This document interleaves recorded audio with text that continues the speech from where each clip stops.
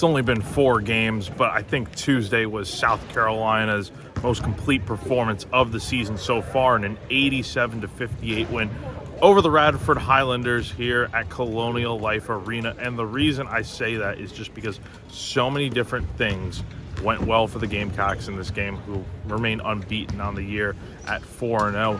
I think you have to start with just there's a bunch of different stats and different ways you could go about why I feel like it was a really complete performance. Held Radford to 30.9% shooting on the night, a season low for them, for Radford so far this season through the games that they've played. Rebounding was really good in this game for South Carolina, 40 rebounds on the night.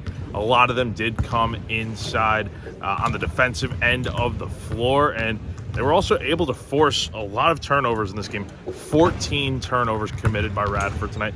Just a lot of sloppy passing, but also making some plays to generate those mistakes in this game.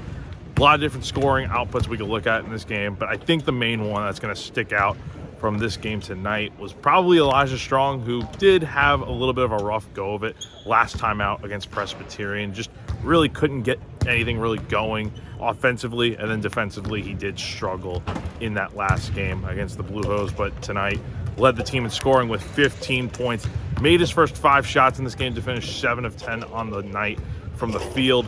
And after the game, he spoke to the media and said that he was really focused on his defense and getting that right, because if you can play defense and you play hard, you play physical, you're going to have a good night on the floor. And that's exactly what happened for him. Eli Ellis was right behind him with 14 points. Mike Sharver-Jumps had his first career double-double as not just a Gamecock, but just in general in his college career. And then Kobe Knox at 10 points. And that's the thing with South Carolina, is that they have a bunch of guys that can go out there and score. And we know this team can shoot the three-point ball, but that really wasn't the way they won this game tonight. Only made 7 three-pointers tonight. Just really could not get it going from the outside. Had a lot of good looks, especially early on in this game. That was one thing that Lamont Parrish noted in his post-game availability, is that there were just so many clean looks that they had that most times they're going to be able to make, but on this night, the shots just weren't falling consistently from the outside. And that's the second game in a row that's kind of happened for South Carolina, but it's going to happen. It's a long season, and there will be games where Carolina will make 16 threes like they did against Southern Miss a few weeks back. And then there'll be nights like tonight where they only make 7 threes. But the good thing I think for South Carolina is, and this is a question we've had I think for a little bit here, is, okay, we know you can shoot the three-pointer, but how else are you going to be able to score? And we saw that tonight. 48 points inside the paint tonight. A really good number for South Carolina. A lot of points off the bench in this game. And again, another focus where you're going to drive inside to the lane, taking shots on the inside, and making a lot of those closer to the rim baskets. So overall, a really good night for South Carolina, and it comes at a good time because the competition is going to be picking up here this weekend when they head to West Virginia to play in the Greenbrier tip-off starting on Friday afternoon against Butler. Game will be at 2 p.m.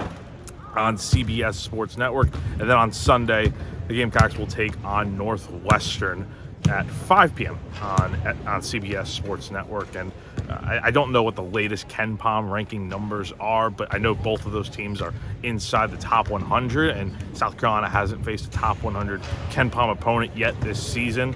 So it'll be the real first true test to see what this team looks like and what they're really made of. Again, they had the scrimmage against Georgia Tech, the secret scrimmage. They had the exhibition game against NC State, so they have played some quality opponents. But in actual games that count, this will be a real test, and we'll see what the Gamecocks look like this weekend. I'll be out there at the Greenbrier Resort this weekend, providing all live coverage and updates. So be sure to follow along on GamecockCentral.com for all of that. Once again, South Carolina picking up an 87-58 win over Radford here on Tuesday night at Colonial Life Arena. For GamecockCentral.com, I'm Jack Veltri.